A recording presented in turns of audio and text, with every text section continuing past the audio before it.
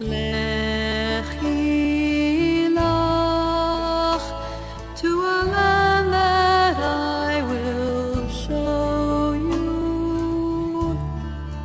Lech lecha to a place you do not know. Full of flowers all over. We have well, quite a few sites to visit, very, very different one from the other. So let's get started. And I will share my screen and yeah.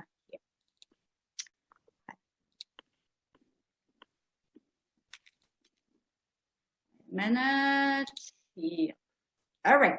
Can you see it? You are supposed to see, huh? We're good. You're good. Okay.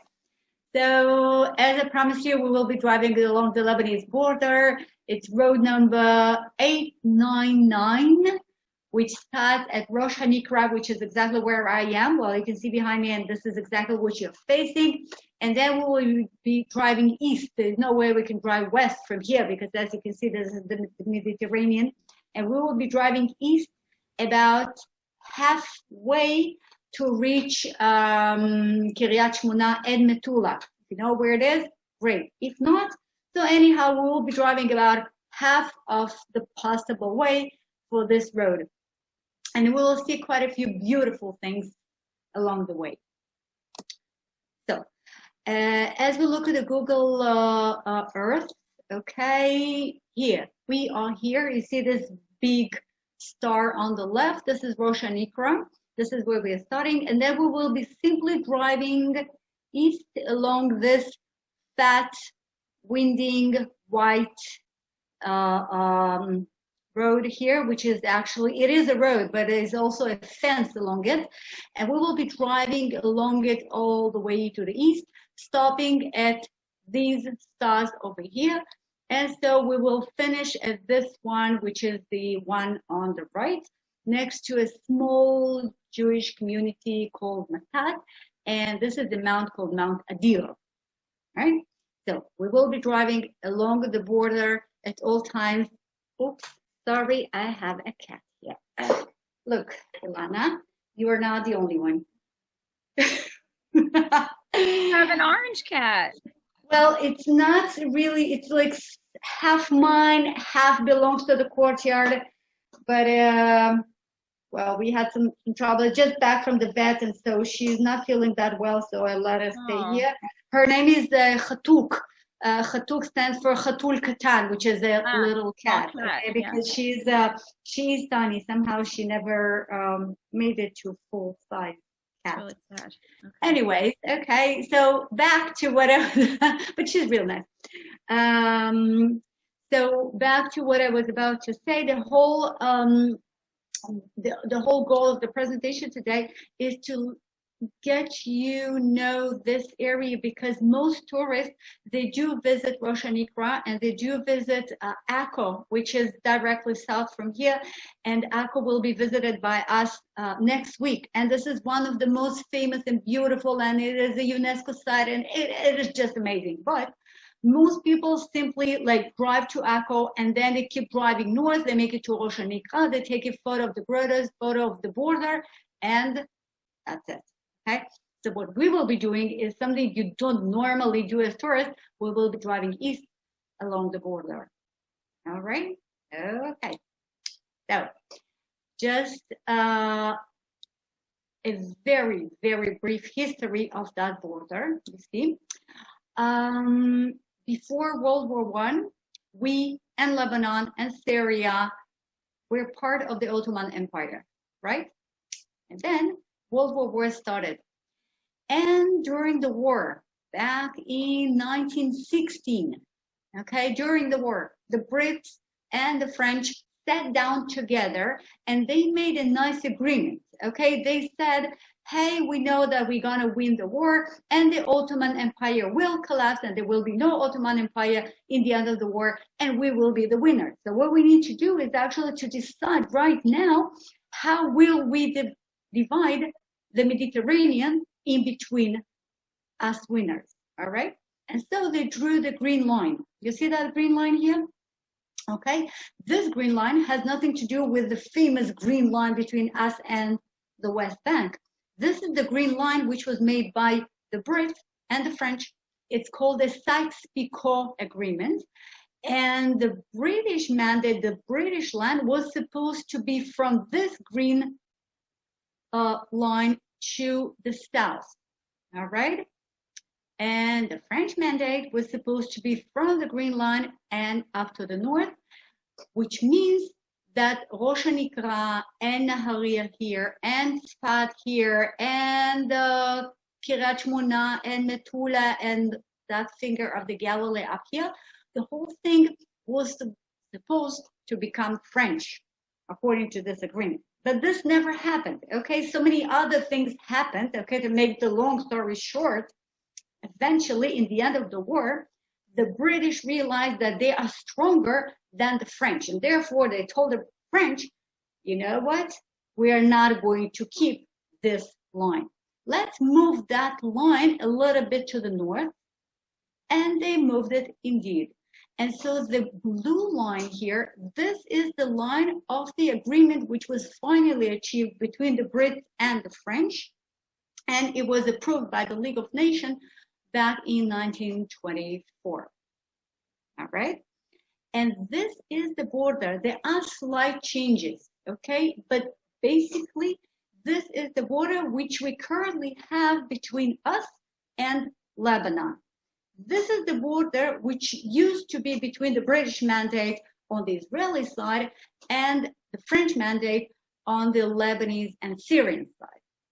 All right. So what we're going to do, we will be driving along this international blue line, the agreement between the French and the British in 1924. Let's do it. So as we start driving from the south, just before we reach the famous Rosh Haniqra grottoes, we will reach a kibbutz, which is called Rosh Haniqra. Okay, this is the entrance to the kibbutz. It's a very nice, tiny community. They have some bed and breakfast. It's really, real nice. A lot of greenery, lush flowers, and they have this beautiful announcement that this is kibbutz Rosh Haniqra, which was established in 1949. This is what it says in Hebrew. Okay, so since we already have this name, Rosh Haniqra, let's see, what does it mean? You know, we always want to, at least I want to understand the meaning of the word.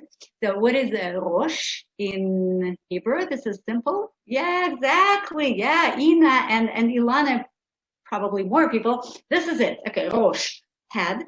And Nikra is more difficult. It's a rare word. And Nikra means a grotto. So Rosh Haniqra means the head of the grotto, or the grotto's head. Where is the head and where is the grotto? We're going to see soon. But this is the name, Rosh Haniqra, the grotto's head. And as we leave the kibbutz, this is what you see. This is the only place in Israel where you can see that sign. You see, this is 4 stands for the road number.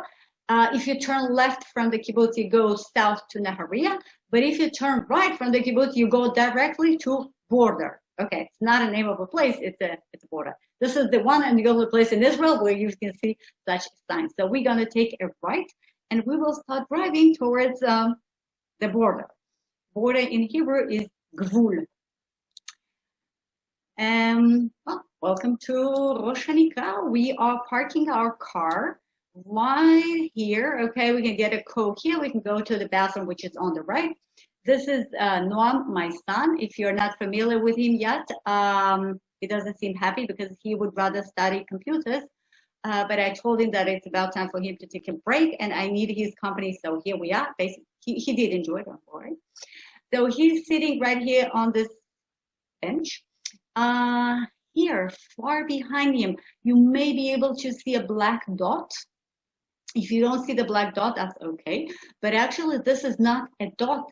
This is a military vessel. And the reason why we have this military ship behind him is because we are right at the border. As you remember, some 450 steps from the border. And this is the view behind Noam. This is the view we are all facing as we park our car. So this is the Israeli coastal plain. This is Chof Betzet and Chof Chziv. And here in the very end of the land, as far as we can see, this is where Akko is located. So next week, we're going to be here. And then in the far distance, I mean, in reality, we could see it, but right now we don't. This is where Carmel Mount is. This is where Haifa is on the other side of the Haifa Bay. So that's in front of us. And, oops, sorry. And here, this is behind us, okay? As we are facing this, we're facing south. Behind us, that's what we see. What is this? Well, this is a mount. This is part of the mount, actually a mountain ridge, which is called Sulam Tzor, the ladder of Tzor, okay, a city in Lebanon. But what I want us to focus on, it's a bit small, but can you see this white brick here? This is actually a wall, okay?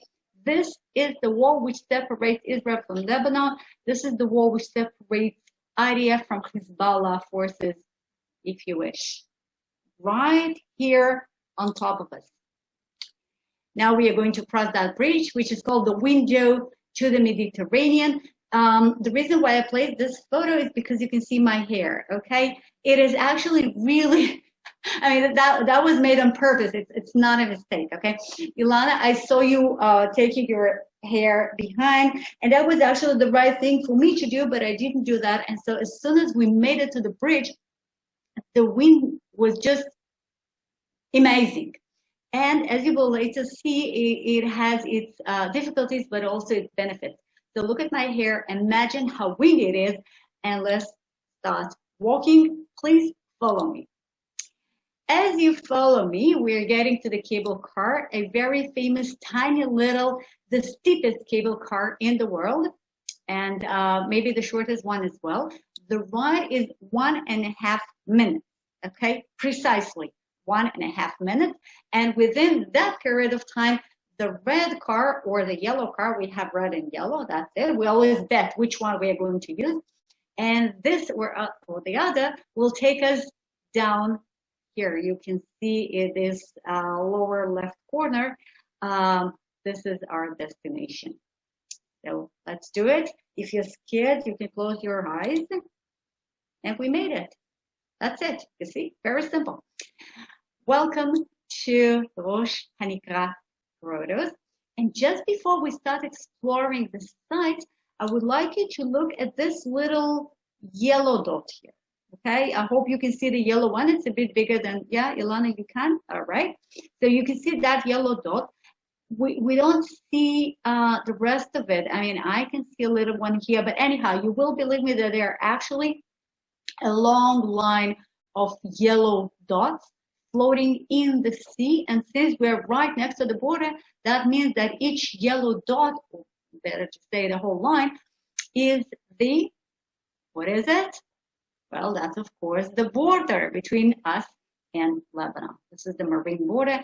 And so we're not even allowed to swim around here because this is simply too close to the border, okay? If you want to go kayaking into the grottoes, this is theoretically speaking possible. You have to have an approval, a permit from IDF. You have to get it in advance, and if they are nice, they will let you do that, and that's beautiful. But otherwise, you know, it's off limits. We are next to the border with an enemy. Well, remember the wind? Okay, here it starts.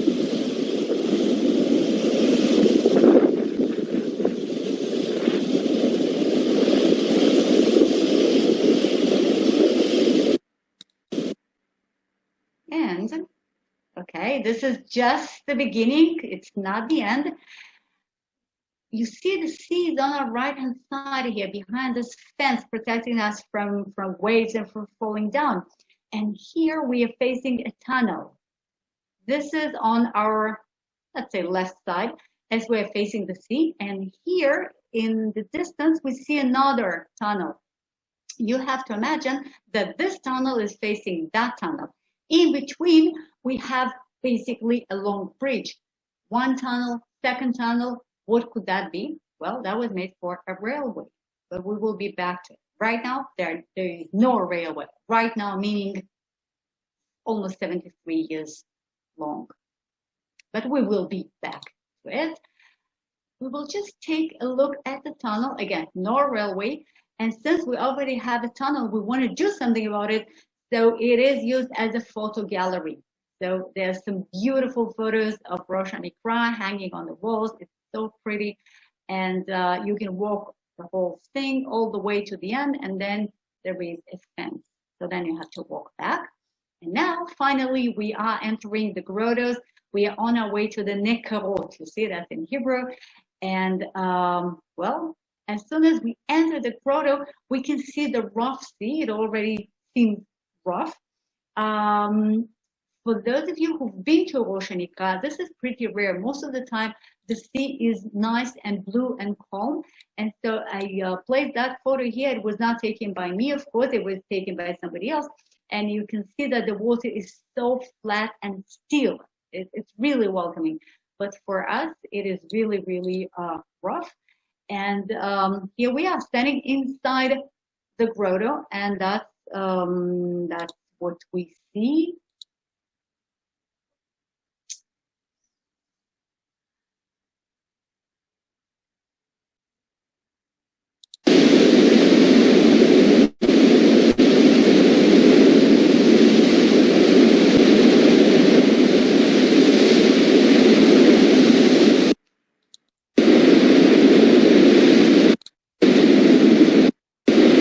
Sorry. Okay. All right. So me and Noah, we looked at it and we were impressed, but not so much. So we kept walking into the grotto, and then we saw that the rest of the grotto is actually blocked by a fence, and on the fence there was a big sign telling that you cannot proceed because the sea is too rough. And so we thought, well, come on, how rough could that be? So we proceeded just a little bit further, and that's what we saw.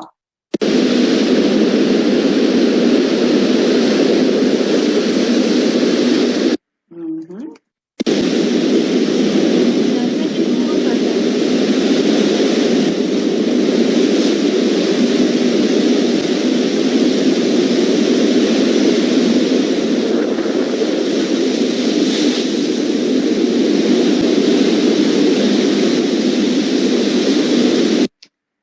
So well, did you see how dark it became for a second? We didn't realize what's going on. It became dark because the wave simply blocked the entrance to the grotto, and then the whole wave got into the grotto, and well, the rest of it is history. We were wet, but the cell phone survived, and so we kept taking photos. So then we became more careful. We proceeded. We saw this beautiful white rock formation, which is a special type of a limestone, and this is the tunnel. So this is the artificial tunnel. What you saw before is natural, the natural grottos, which were made by the nature, by dissolving the cracks by the sea water and the energy of the waves. And this is the tunnel we are walking in, so we can be dry. I mean, we are supposed to be dry. And you're walking in the dry tunnel facing the natural grottos. So it is so beautiful. I hope the presentation allows you to see how pretty it is, and you know, the colors were just amazing. And another look through the Mediterranean, and yet another one, and more of it. This is one of the most famous sites, like in Rosh Haniqra. You know, you're walking in this tunnel, you walk through the tunnel, and then you make it to the sunshine, and then this is called the elephant's leg. I'm pretty sure that those of you who've been to Rosh Haniqra, you have your photo, right? You have your photo either facing or like something, but with the elephant's leg. So we are no exception. This is the elephant's leg, and we must see more. See?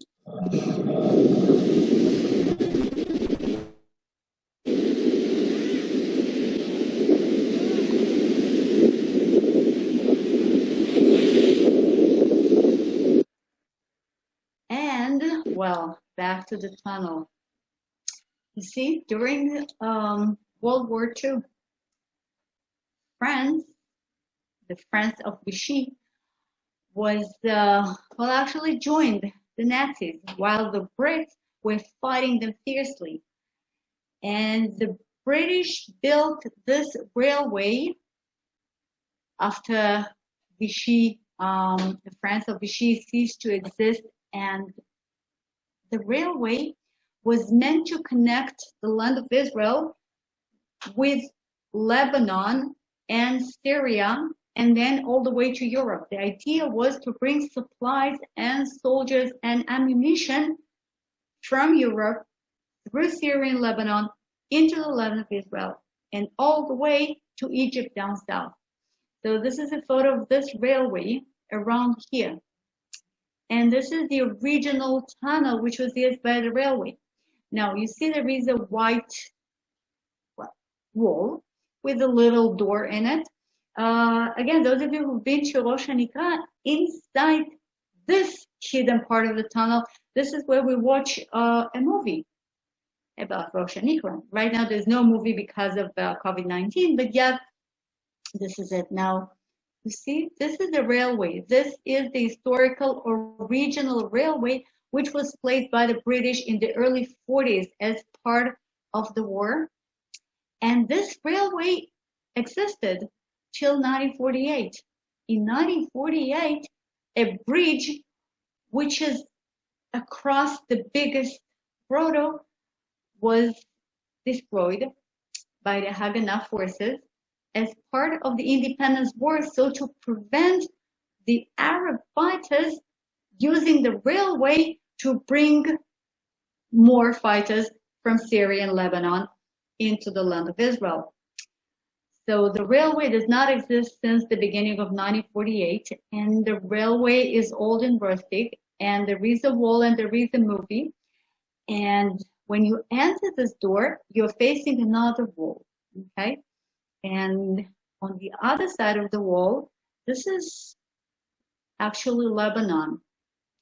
So each time I visit Rosh Haniqra, which I love dearly, and each time I watch that movie, and each time I walk this railway, I can't, I always think of, oh my God, if we just had peace, if we just could remove the wall and renew the railway, we would have connection directly to Europe. And I really hope that we will all live to the moment when the cat is sneezing.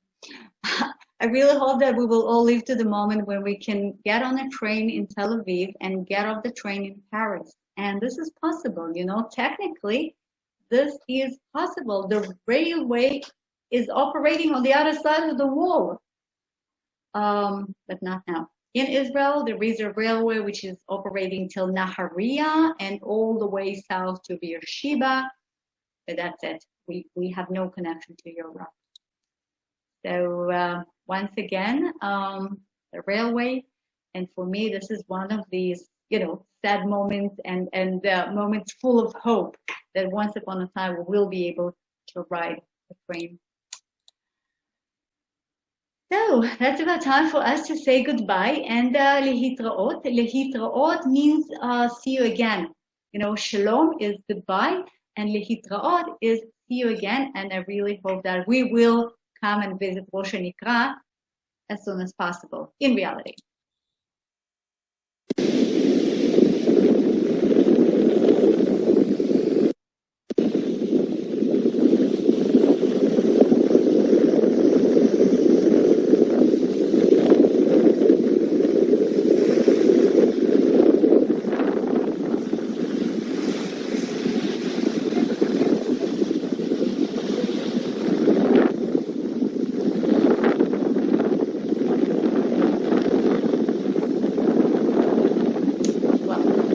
As you could see, we were using the yellow car this time because we saw the red one going downhill. And we are back to the parking lot level. We are back to the border level. So now we will be taking a left and walking the 200 steps or so to the border. Let's do that. And here we are. This is the yellow fence. it is the border for us as civilians. It is not truly the border because on the other side of the yellow fence, there is an Israeli military base. Okay, so this is yet an Israeli territory. And then on the other side of the Israeli military base, there is a no man's land. And on the other side of the no man's land, there is a Lebanese base, and then it's Lebanon. So again, I guess every single tourist who ever made it to Rosh Haniqra will come here, take a photo of that fence, and will take a photo of this wall on the left. So let's do so. Okay, here we are. This is a very famous wall. So there is 120 kilometers to Beirut, which is the capital of Lebanon, and 205 kilometers to Jerusalem. So as you can see, we're much, much closer to Beirut. I mean, assuming there are good roads, it will take us maybe an hour 15 to get to Beirut. And I wish we could, and I wish it will, it will become possible one day. Well, I don't know if any of you saw this particular photo, but again, there's no way I can visit Rosh Haniqra and not recall this particular photo. You see, these are the two black coffins inside which there are two Israeli deceased soldiers, Eldad Regev and Ehud Goldwasser, who were shot and killed and kidnapped by Hezbollah back in July 12, 2006. And since we did not know that they're dead, I mean, we were about 98% sure that they're dead, but not 100%. There was a long and complicated negotiation. And 2 years and 4 days after they were kidnapped, this terrorist, Samir Puntar, was released. You see there are trucks in Lebanon decorated with flowers waiting for him because he is he is a hero, He killed a family in Nahariya back in 1979. And few other less important prisoners were released, and 199 bodies of Lebanese terrorists were sent to Lebanon in exchange of the two black coffins of Eldad Regev and Ehud Goldwasser. I will just mention that today we know that it was an assassination, but back then we would refer to it as a kidnapping of Israeli soldiers. This was launched Second Lebanese War. And this is the UN, the Red Cross car which brought the coffins. And these coffins were brought to Rosh Haniqra through that yellow fence we just saw. And then and only then Israel knew for sure that they're dead. There was a hope till the very last moment because the Hezbollah would not admit that they're dead. So that's it.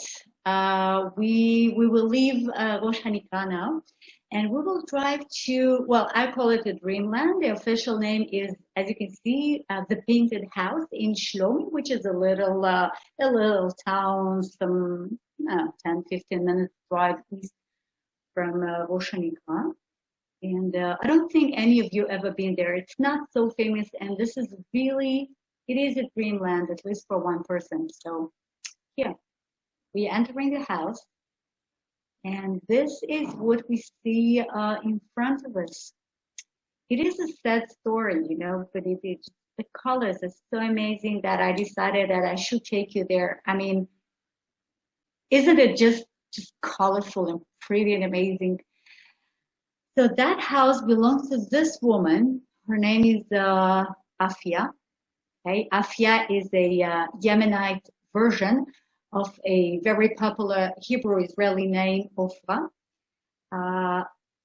She is tiny. I mean, she she's like, I don't know how to convert to inches and feet, but she was less than 1.5 meters tall. She was like the size of a girl. And she was born in Yemen. She's Jewish. She doesn't know when she was born. I mean, in Yemen, nobody actually registered.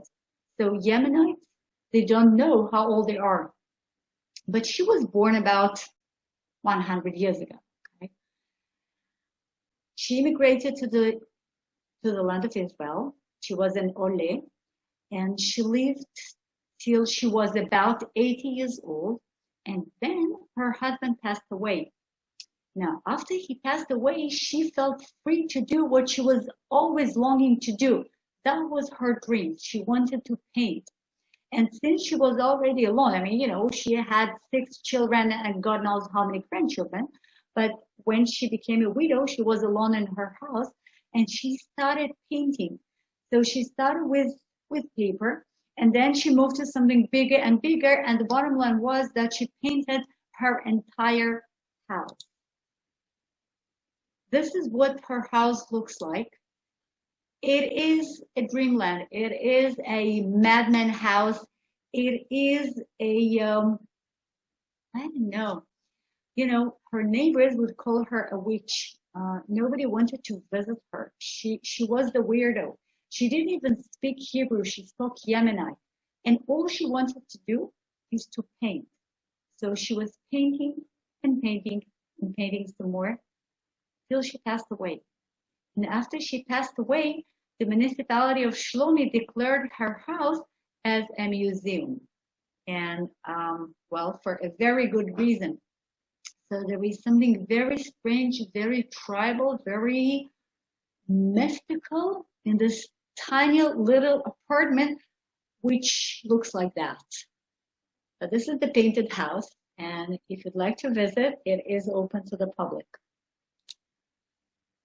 And now we are driving uphill. We are getting closer to the Lebanese border, and we will make it to the Admit Park. This is what it's called. And we are on our way to the most famous part of the Admit Park, which is the Arch Cave. But to begin with, just look at this beautiful nature. We are 5 minutes drive from Hezbollah, okay? 5 minutes drive from Lebanon. And it's just a beautiful natural park, which is dedicated to the memory of Ehud and Eldad, whom you already know, and Eyal, Wasim, and Shani, who were killed at the same event, at the same spot. But they were killed, and we knew they're dead, while Ehud and Eldad, there was that hope I told you about. So Admit Park was developed through J&F in Canada. So if we have any Canadians here, thank you so much for helping us to develop this beautiful natural park. So now we will just enjoy nature. We're just walking. The whole thing is wheelchair accessible. So it is, just perfect. And more nature and some more. This is an iris here, the most common iris in Israel, and a little flower which is called pishta. I don't know the English name, but it's just all over the place. So you have all these colors around you.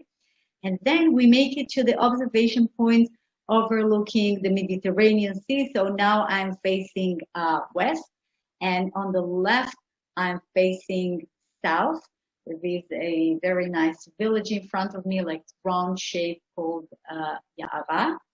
And up here, I'm facing the east, which is our destination. This is where we will keep driving soon. So after looking around and admiring the beauty, and I hope you do admire the beauty of the Upper Galilee where we are now, this is the actual reason for us to go all the way there. And this is called the Arch Cave. Now, usually when people make it here, the first question is, well, I see the arch, but where is the cave? Okay, so the answer is that actually there is no cave. I mean, what happened is that once upon a time, we don't know when, but like probably millions of years ago, this gap, you see, the gap between us, we are standing where this white line here is, the gap between us and the arch was actually solid rock. And then if you look at, well, from the south, so then it was a cave, and then the ceiling of the cave collapsed, and now we have the arch, and we have no cave. But we still call it the arch cave for some reason. And it's a great place for rappelling. Okay, I don't know if you are into rappelling, but if you do, so if you look carefully, you will see that there is a rope here. Okay, so if you're real brave, you're welcome to do rappelling all the way from here, from that fence, all the way down there. Okay, it's pretty high and tall. And if you're not into it, so you simply look around. And of course, we have a fairy tale about a bunch of robbers which hide in this cave, and then God was so angry. You know, he made the ceiling collapse and killed them all. And if this is true, so there is a treasure hidden somewhere in this no longer existing cave. I don't know how about the treasure, but the view is amazing. Julia, we're getting a couple of requests to change your pointer to make it red. Okay, sorry. Right, I forgot about it.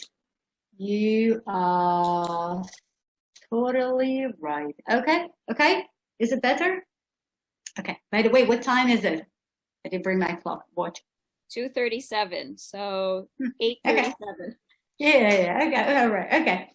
So, is it? It's 2:00. Sorry. Okay. I got beaten by this silly cat. I have all troubles today. Okay. So, we keep driving just a little bit further east, and now we make it to this. Well, we call it the hidden or the forgotten or the lost city in the woods.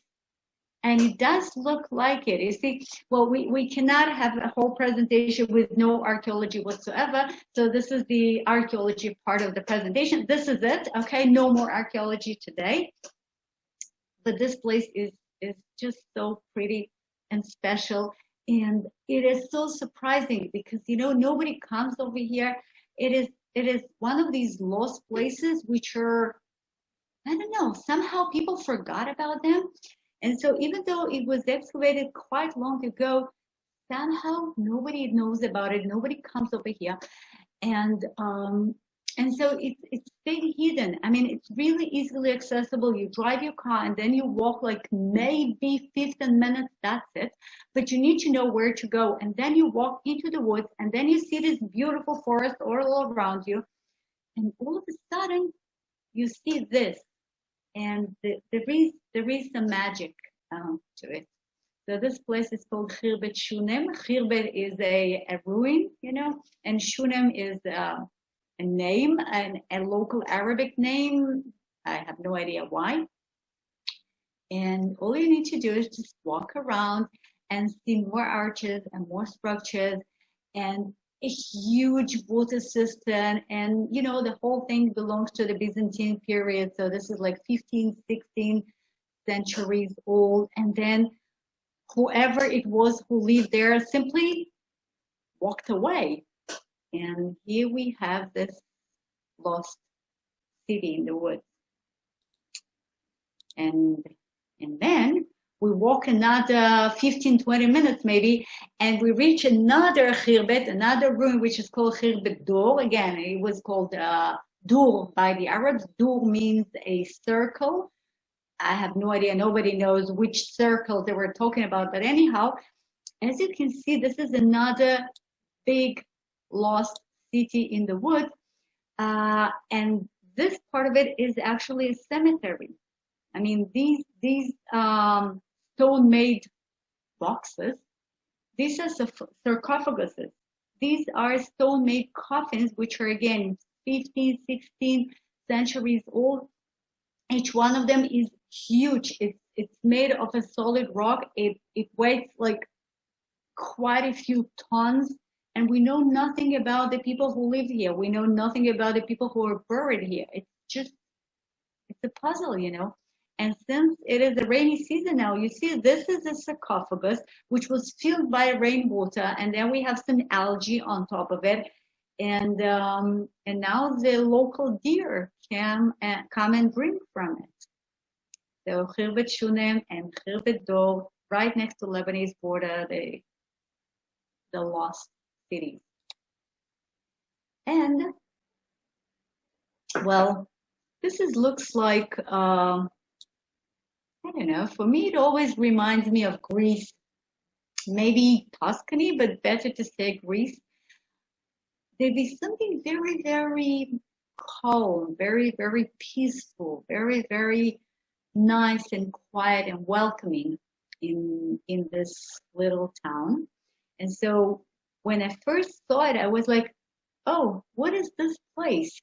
And that's why I decided to bring you over here, even though there is nothing special for tourists, but it's just an Arab Christian village next to the border with Lebanon.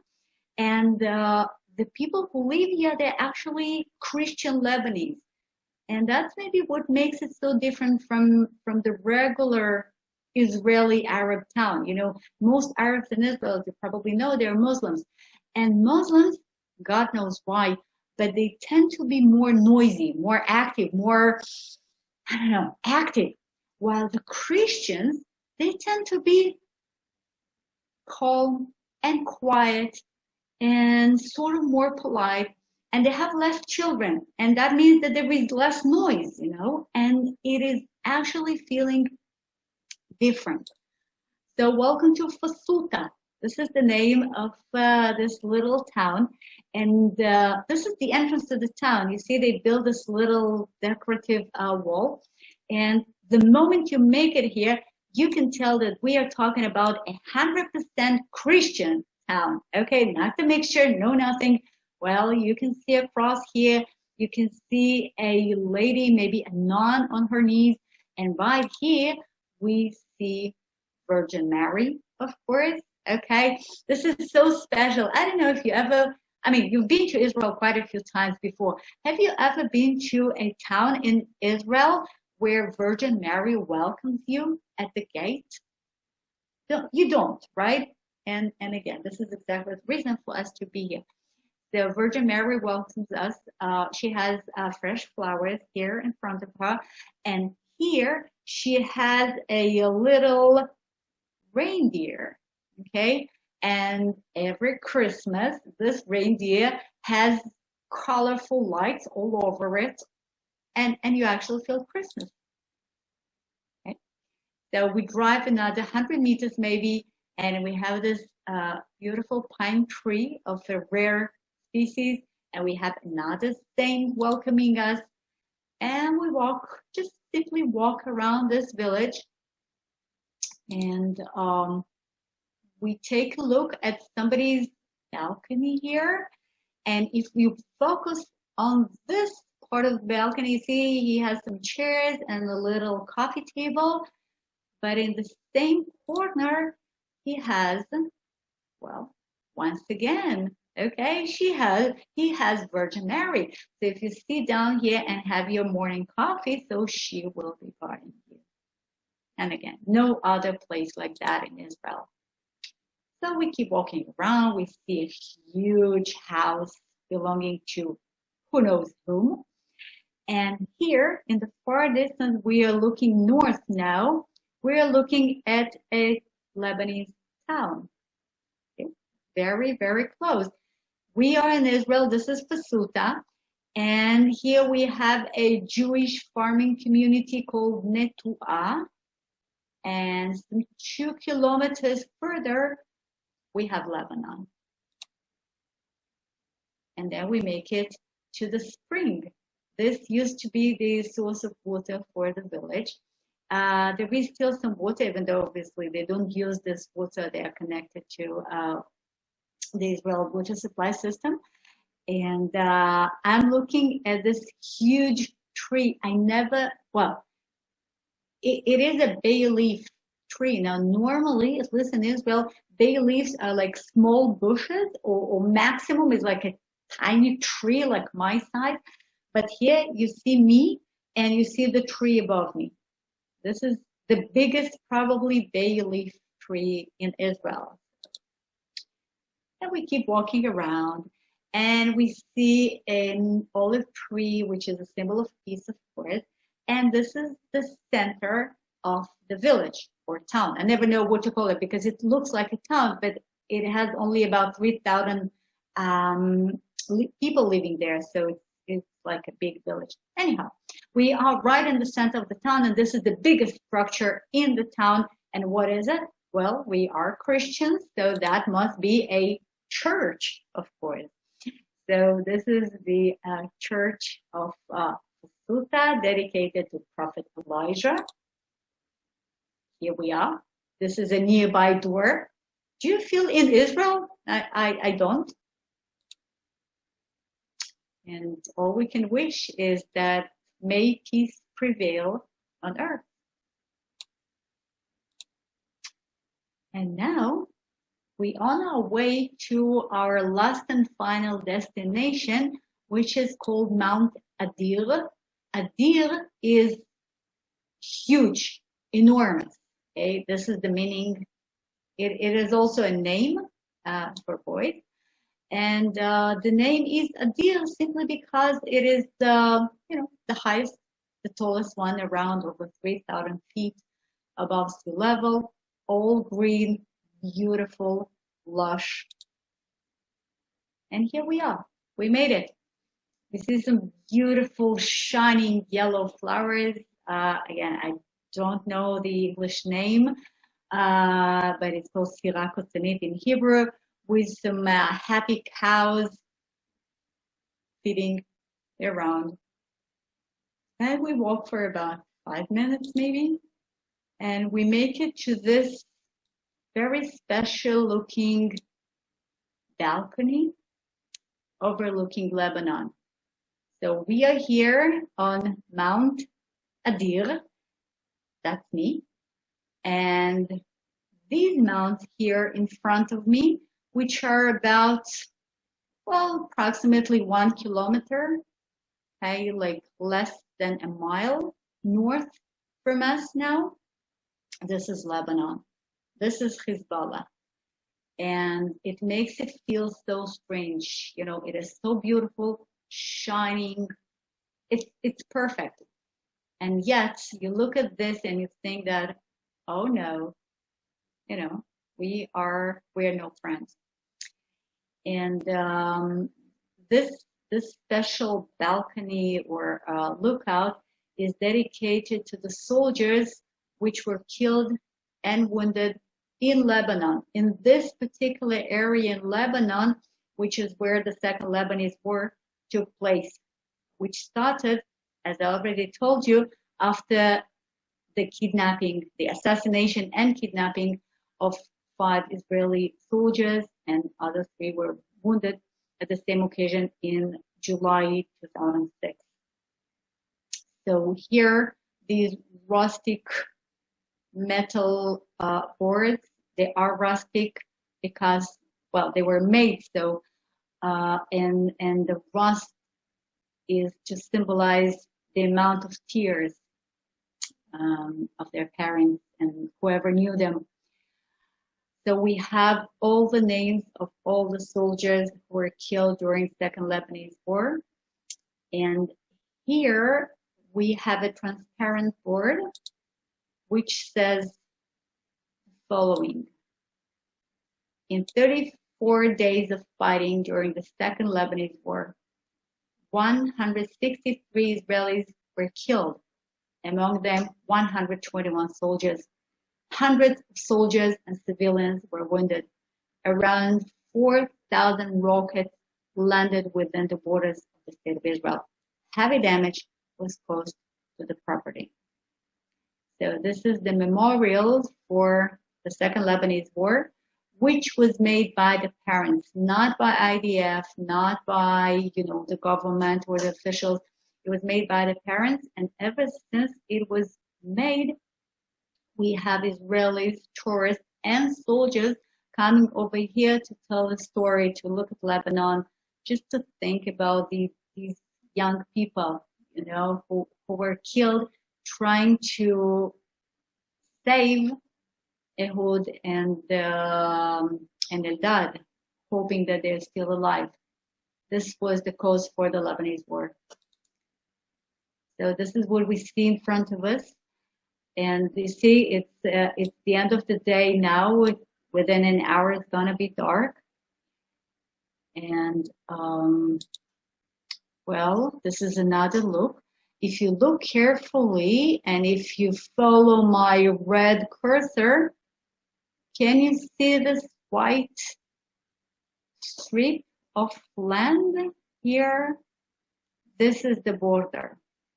Okay, this is the border between us and Lebanon.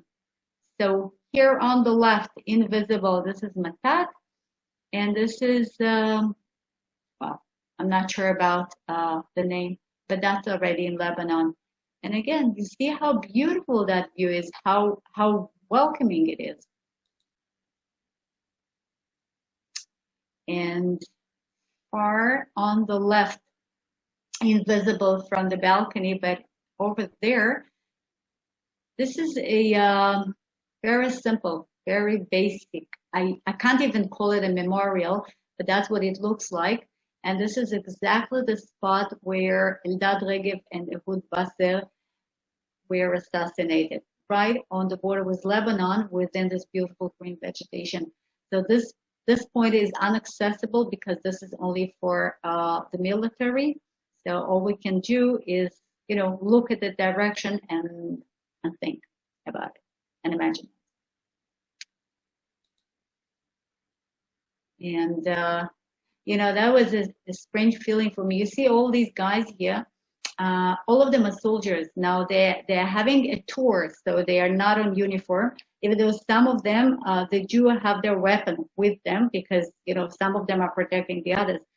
And they're having a tour, and this girl, her military duty is teach history and be a tour guide for the soldiers.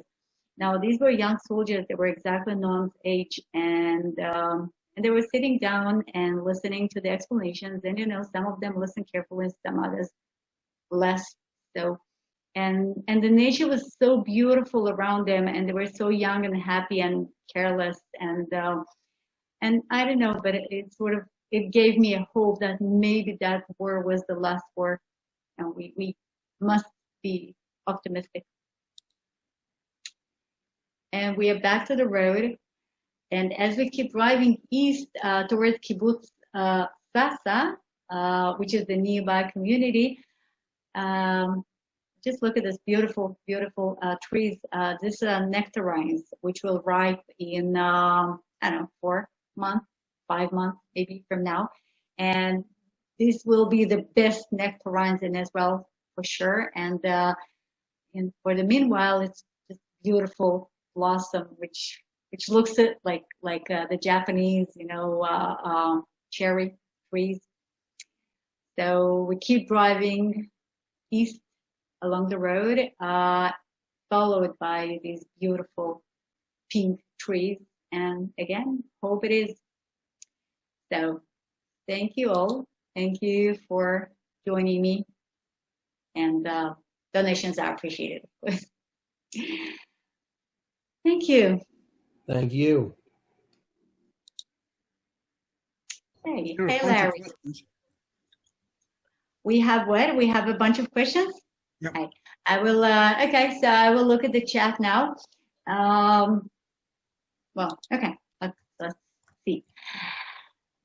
Oh, wow. Yeah, we have quite a few things. Tell us what is behind you. Oh, I have no idea. Where was it? Guys, I'm sorry, Judy. Your background. They were just asking about Rosh Haniqra. Okay. So behind me, that was Rosh Haniqra. Oh, it is still behind me. So yeah, that's Rosh Haniqra. As you already know. Okay. Turn Rosh. Oh, really, Diane and Harry? You've been to Rosh Haniqra with me 2 years ago. Great. Well, it didn't change much, even though I'm sure it was not as rough as today. Okay.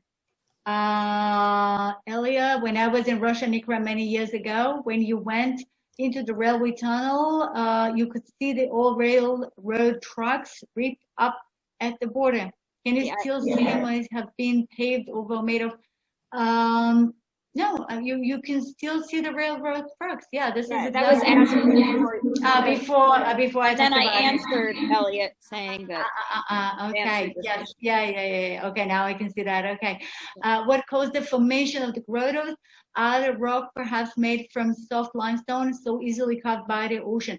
Okay. Well, actually, the limestone is very hard. It is made of a very hard limestone, but we have two phenomena here, actually three. One is, as you know, Israel is located along the so-called Syrian African rift, which makes that we have earthquakes relatively often, and we have like a major earthquake every 100 years approximately, more or less. And earthquakes, among other things, they cause cracks in rocks. Okay, and then the other phenomena is that we have rainfall, and that rainfall is a little bit acidic, and so the acidic water penetrates into the cracks and dissolves the limestone little by little, of course, but yet. And the third phenomenon, which is the most important one, is that we have this enormous, endless energy of the waves. And so we have the waves getting into the cracks again and again and again. And if you wait, let's say 10 million years, not that much, okay? But within about 10 million years, you will get these beautiful grottoes, which keep growing. So if you come over within another, not 2-3 years, but let's say 500,000 years from now, so you will see the grottoes being much bigger. What happened to the good fence? Well, it does not exist any longer. The political situation in Lebanon totally changed. We are not there any longer, as you know, and so the good fence does not exist. It used to be in Metula. The whole thing is over. But since you've mentioned it, okay, I will tell you another story which I did not tell you when we were in Rosh Haniqra. So when we made it to Rosh Haniqra, we heard, like, we parked our car, we got out, and we heard singing. And it was very weird. I mean, the singing was coming from near the border, and the singing was beautiful, and it was Arabic. And men and women were singing together, which is uncommon, okay? So we approached them, and we did not understand what happened, but these people, they were like many people, men and women, and they were singing very sad. You could tell that they're sad, facing the fence. Okay, so we looked at. I didn't want to take a photo, of course. So we looked at them for a few moments, and then I understood what we see. When Israel was in Lebanon, starting from first Lebanese war in 1982 until 2000, when we finally withdrew our forces, there was Israeli military presence in southern Lebanon, and we were supported by the so-called South Lebanese Army, Christian Army, okay, and they supported us because they hated Hezbollah, more or less same as Hezbollah hated us. Hezbollah are Shiite Muslim. So when we withdrew our forces, it was totally clear that if these people, the South Lebanese Army, will stay in Lebanon, they will not survive. And so they left with IDF. So we had hundreds and hundreds of Christian Lebanese families accepted by the state of Israel. They were granted the Israeli citizenship, and little by little they became part of the Israeli society. And second generation being born in Israel, some of them even serve in the army, and they become part of our society. But the older generation, they never made it to become Israelis. And so when one of them passes away, and if the family wishes, so the coffin is sent back to Lebanon to being buried there, and that is made through the Red Cross. So what we saw is actually, it was not the funeral, but it was the moment when they already sent the coffin by the Red Cross to Lebanon, and they were singing this, I don't know the Christian term, the proper term, but what you normally do in a church when it is a special prayer for the deceased. So there is no good sense, but sometimes that border at Rosh Haniqra opens and a coffin crosses. How do you know that they are our boys? By test? The soldiers in the coffins, they test that they're actually. Oh yeah, of course, yes, of course. They made genetic tests because they were young, and so we had the parents, so they made the genetic match. Yes, we know that these were Ehud and Eldad for sure. Okay, Linda, 1.5 meters is 4 feet 9 inches. Thanks.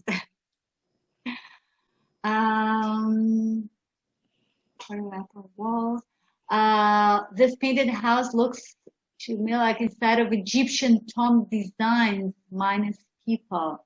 Maybe, I don't know, it also reminds me of, to me, it's more similar to African designs, like tribal designs, but I don't know, it is what it is. I mean, it is totally unique. Wendy, what's the name of the park and the overlook, and where is it?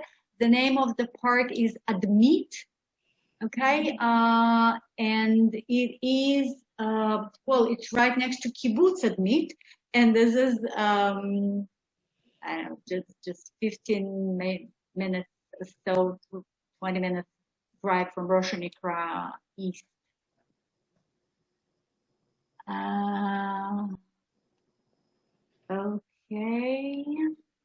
Okay, thanks about the cursor, but this is already too late.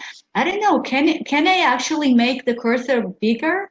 You had tried one time and were unable, but I don't know, different people are making comments about different things, and it looks like, I don't know if we can please everyone, so. Yeah, no, I would like it to be larger, but I don't know. Okay, are these arches entrances to tombs at Khirbet Shunim? No, not at all. I mean, these are like, in archaeology, all things are down there hidden in the ground. And so what look like tombs are actually full-fledged big structures, and they were not excavated to the bottom. So what you see are actually the arches of the ceiling of the structures, and the structures themselves are still in the ground. Okay, you said they're Lebanese. They're of Lebanese origins. They're Lebanese or they're Israeli citizens.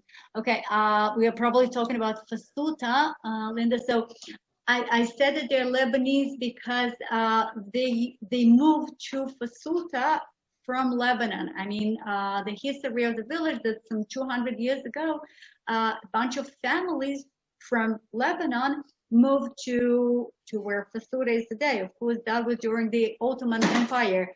So they did not have to cross the border. The whole thing was the Ottoman Empire. And so they simply moved from here to there for whatever reason. And of course, today there are Israeli citizens because they are within Israel, and the law is that whoever was within the borders of the state of Israel when it was declared back in 1948, so that person received an automatic citizenship, which lasts forever to his descendants. Okay, so they came from Lebanon, but they are Israeli today.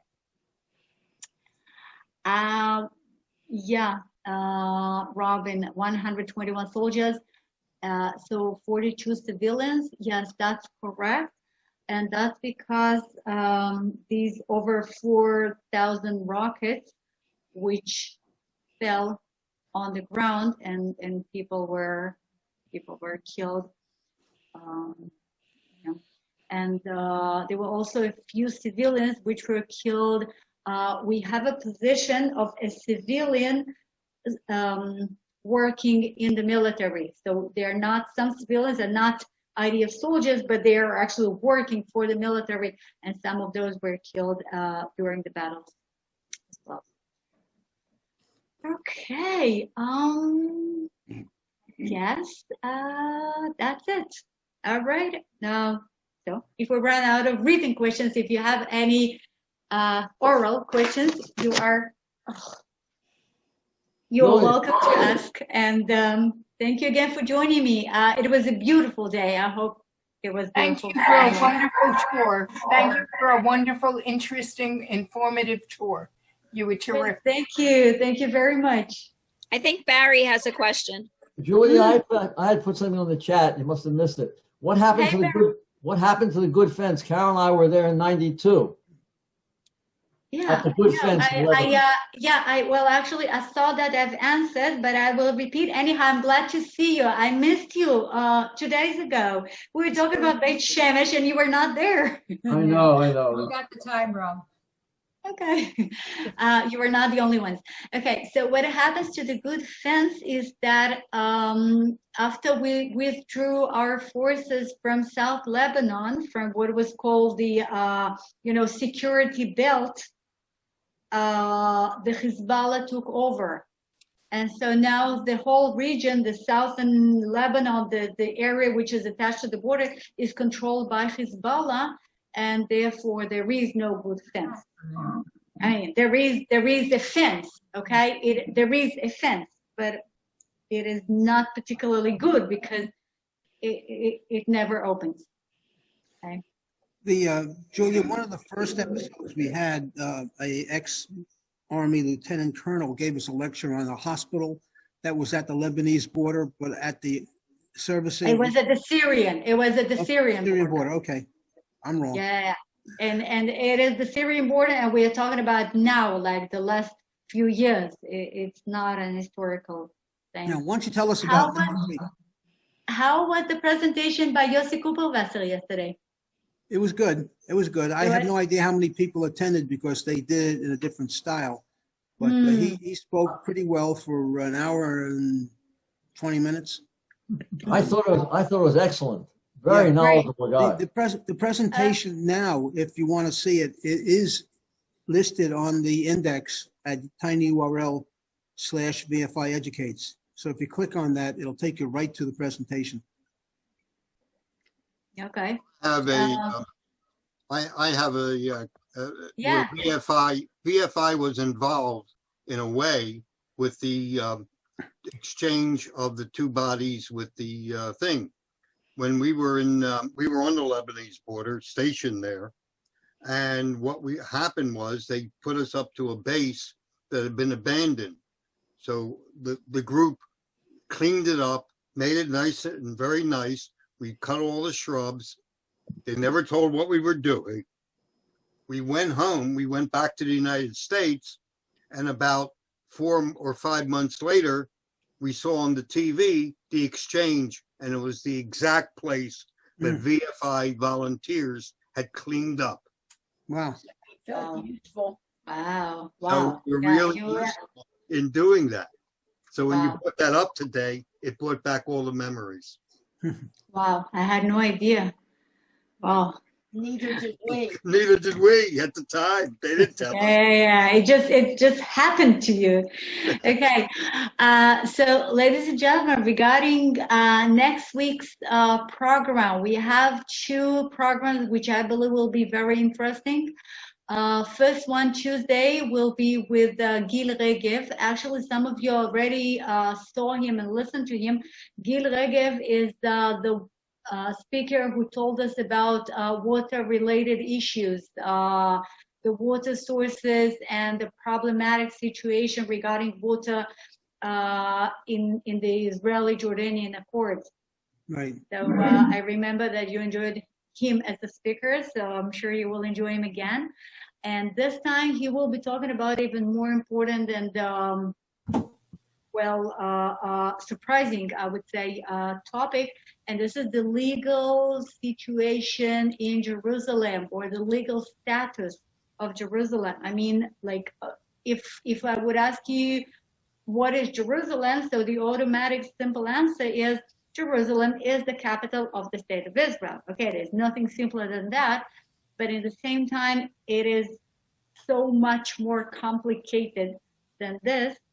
And the way and the reason why it is so complicated obviously reflects everything which has to do with Jerusalem, and therefore the state of Israel, and therefore our relationship with the Israeli Muslims and the surrounding Arab countries. So I think this is one of the most interesting, important, and eye-opening presentations we ever had.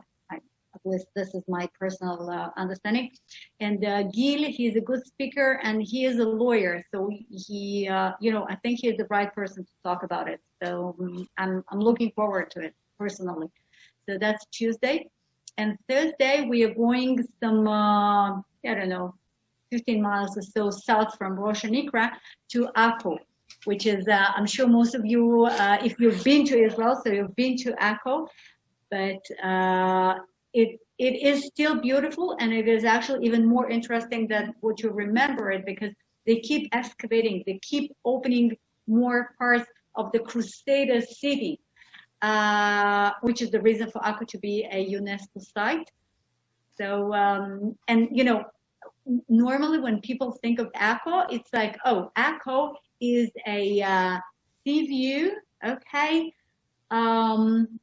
fish, grilled fish on the plate. Pardon? Prison. That's what I think of. Prison. Okay, exactly. Prison and Crusaders. All right. But actually, there's so much more to it. Okay. There is just as an example, this is Akko is the home for the one and the only synagogue in Israel, which is entirely mosaic. Okay, the whole synagogue is covered and decorated by mosaics inside and outside, and Napoleon and more. Okay, so Akko is amazing, and you're most welcome to join me Thursday in Akko. You want to say something? Yeah, question. Are beaches are cleaned and you can swim in Tel Aviv? Netanya? Are you talking about the pollution, the latest pollution? Yeah, right? oil. The oil pollution. Well, it really depends. I mean, some beaches are clean, some beaches are partly clean, some beaches, but it is an ongoing process. And somehow, because the oil was brought by currents, so it is like patches. You can see a totally polluted beach, and like 2 miles away, you will find a clean one. How is Netanya beaches? I'm coming to Netanya in end of April. End of April. Well, I hope that by the end of April, all the beaches will be clean. Okay, I hope so. I mean, right now it's like so, but I believe that by end of April it will be cleaned. And also Netanya, in Netanya you have sand beach, so it's easier to clean comparing to rocky beaches when oil sticks to the rock and then it's almost impossible to get out.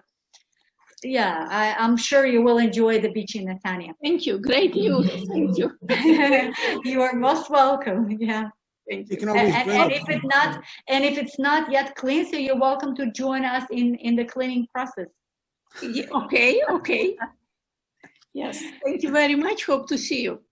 Hope to see you. So, ladies and gentlemen, are we done? I think so. Yes. Okay. Thank you very much. It was a very nice, calming, relaxing tour. Some gorgeous sights. And, beautiful. Hey, Valerie. Hi, how are you? Very pretty. I love northern Israel. It's beautiful. We'll have to integrate some of that Yes, into the it VFI is. Plus Advanced program. Julia, Yeah, hey, I Stuart. I sent you a private message. I saw it. Oh, I okay. saw it. Yeah, okay, I will let you know. Thanks. Thank you. Thank you in advance. All right. Great. Hey, Marcia, you're welcome. Bye. Julia, it was terrific. Thank you so much. Great. Thank you, Arlene. I'm glad to hear that. Okay, hope to see It you was again nice soon. to see the ocean. And you. Oh, Oh, yeah. yeah, especially when it's so windy. You know, we were like, especially Noam, he was in front of me. He was like wet, thoroughly wet, and yet very happy. So it Did was he worth it. protect you from the waves? No. He was just stepping forward because he was taking the photos, and it was just amazing, you know. How is he doing in school? He's doing good. I mean, he has his final exam in about 2 weeks or so Wow. after Passover, and then he has to submit his final project, and then we will be waiting for him to become a soldier. So Wow. yeah, but This he's year? okay. This year? Oh yeah. He will be drafted in a few months. Oh, I thought he was taking Wow. 50 years. Okay. And then Wow, And then exactly. he can give us an inside tour of the base. Of the base of the Training. computer, of the computers on the base. Exactly. Exactly. Well, as soon as possible. Yeah. Well, who will be your cameraman, Julia? Well, when he's gone? I'm not sure. I mean, I will either have to manage myself, or maybe he will, be granted a permission by his commander, because I will explain that we are talking about VFI volunteers, so Okay. he needs to cooperate. We'll write you a And letter. I hope he will understand. We'll write you a letter. Okay. What all sort right. of selfie stick is for? What And, division will he be in? Pardon? What division will he be in? We don't know yet, but it will be, I mean, he will be doing something associated with computers. We don't know yet where. I know. I will let you know as soon as I know, as soon as he knows. I'm sure he will enjoy that part. I hope so. I hope so. I mean, he enjoys computers, so probably yes. And Steve, I'm still hoping to find Deborah Feinblum. Okay, I Good. did not forget. Okay, good. Good. Okay.